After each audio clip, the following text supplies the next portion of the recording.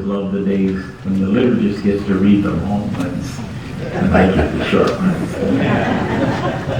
Jesus came from Galilee to the Jordan to be baptized by John. And John said to him, I need to be baptized by you, and do you come to me? Jesus replied, let it be so now. It is proper for us to do this to fulfill all righteousness. So John gave in. And as soon as Jesus was baptized, he stood up out of the water, and at that moment heaven was opened, and he saw the Spirit of God descending like a dove and lighting on him. A voice from heaven that said, this is my Son, whom I love. With him I am well pleased. The word from the Lord in the house.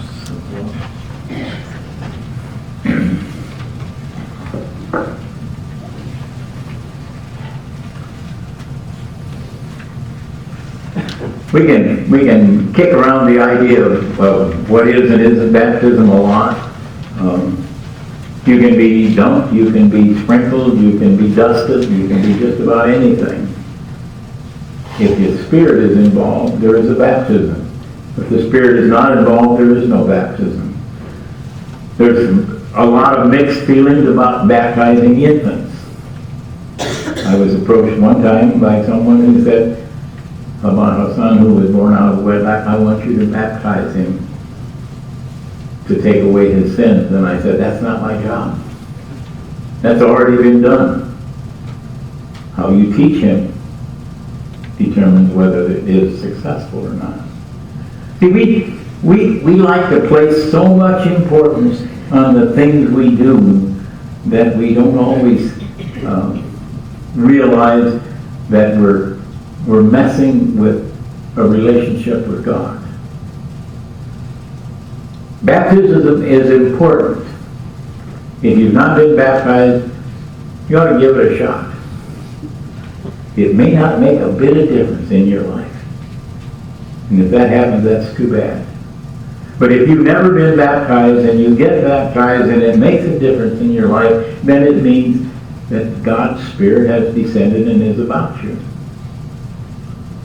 That's the purpose of baptism, is to make a commitment and then announce that commitment to the world, that you are one of His. Now we put window stickers, little stickers on the back window of our car, so they know we belong here to this church. We don't mind wearing, oh, I don't have one on.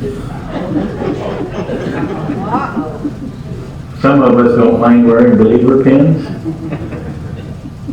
We display the cross and flame. We do all sorts of things that make it obvious to someone who's really paying attention that we have an allegiance somewhere besides just everywhere in the world. And baptism is the outward symbol of an inward change. That's why it's tough when you baptize infants. And we don't deny infants baptism, but the commitment at that point is not the babies, but rather the parents, who promise at that moment that they will live a life that will inspire the child, that will teach the child, that will let the child know about love. And if you're in the congregation when we do a baptism here, you make that same commitment to that child, that you'll live a life that will inspire that child to be closer to God. That's scary, isn't it? It's an awful lot of responsibility to put on me when I don't even know this kid. And maybe you do, and maybe you don't. But isn't it? We assume so much in the things that we do at church. We assume they make a lot of difference in some people's lives, and they do. That's what's wonderful about it. It isn't 100%. It's not 100% every week. It's not even a predictable percentage. But the things we do here make a difference. We hear things here. We see people here. We touch lives here. That's what's important about the things that we do in church. We sang 3 old hymns so far. And they're transition hymns. They take you from the Christmas time to the time of Jesus as a child, when he was in Egypt. And then we have no more songs about Jesus' life until we come to the Easter songs. But when we sing, just like Garrison Keeler said, when the Methodists sing, it's from the heart. They love to sing. But they'll never lead singing. What we do in church makes a big difference. Time and time again, someone will tell me, well, I feel empty if I don't come to church on Sunday. Well, I feel empty too because I close the collection plate. It's empty if you're not here. You know, that's one thing I've never had to talk to you people about. I've been here 20 years, in case you haven't noticed. And you have taken care of your church. You have done the things that your church needs to do. You have reached out in God's name like a church ought to do. You have come together in peace and harmony. Oh, you don't know how that strikes deep to the heart of a pastor to not have to referee every Sunday morning. What a wonder it is. This is what it's about, being baptized. Because the water doesn't make the difference. It's just a symbol. It's just a tool. What makes a difference is when your heart changes because of the baptism, because of the commitment, because of the relationship that you developed with the Lord. We do a lot of stuff here. One thing we do really well is eat. But you notice, the tables fill up and the conversation goes on. When we gather in peace and harmony, what a joy it is to the Lord. When I pick bad hymns, that's not a joy with you and me, but it's still a joy with the Lord, because you just suck it up and sing them anyway.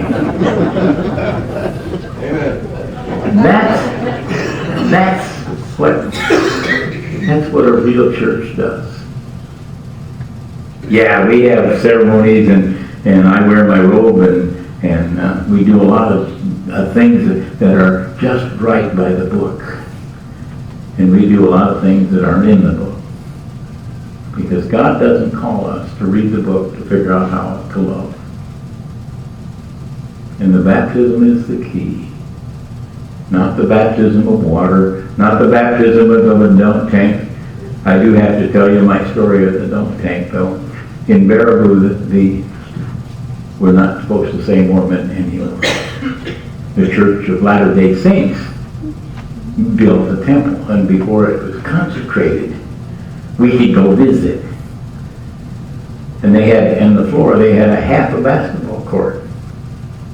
And right under the basket, there were big double doors. And when you opened them up, there was the baptismal tank.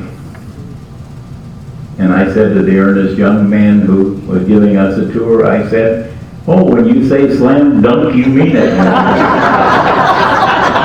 He did not think that was even remotely funny.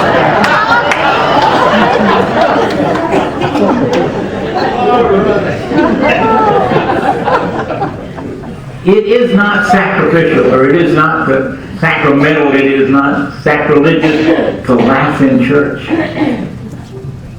Or to make fun of each other in church a little bit. It's sacrilegious to think that I am more important than this church, that you are more important than the God who inhabits this church. This church laughs, because laughter is the lead to love. Just like baptism is a lead to service, it's a lead to believe, it's a lead to connection.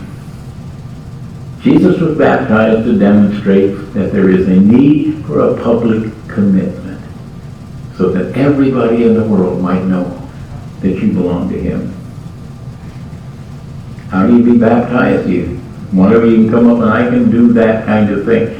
If you want to go sit under an oak tree on a very quiet afternoon, when it isn't real hot or cold, and contemplate your relationship with God, and say, Lord, baptize me in the Spirit, that's enough. The water doesn't do it. I don't do it. Your heart does it.